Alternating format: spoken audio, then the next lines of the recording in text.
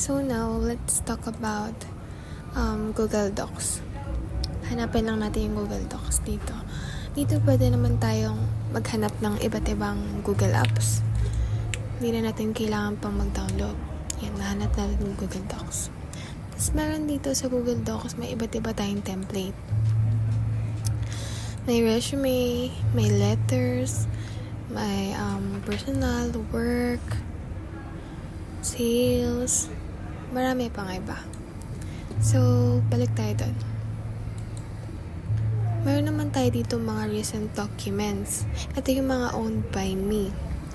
Meron namang owned by everyone. Meron namang not owned by me. Ito yung mga hindi sa akin. So, gagawa naman tayo ng sarili nating document. Maglalagay naman tayo ng text.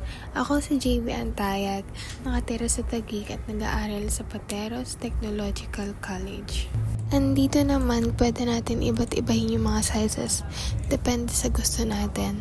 Yung iba kasi may mga malalabo yung mata, kailangan talaga malalaki yung mga letters. So, dito naman, pwede natin iba't ibahin yung mga lining niya. Depende sa gusto natin. At depende rin sa mga gagawin nating documents. Nandito, pwede natin siyang i-bold. Depende naman sa gusto natin yan. Kasi kung bold naman siya, mas maaliwala siya tignan at mas malinaw. Dito naman, pwede natin iba't ibahin yung mga colors. Depende sa gusto natin.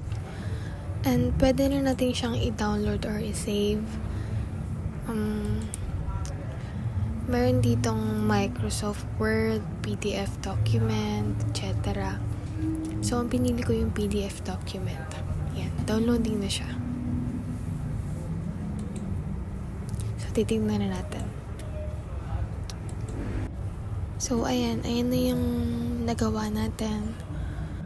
Dito na po nagtatapos yung presentation ko. Thank you po.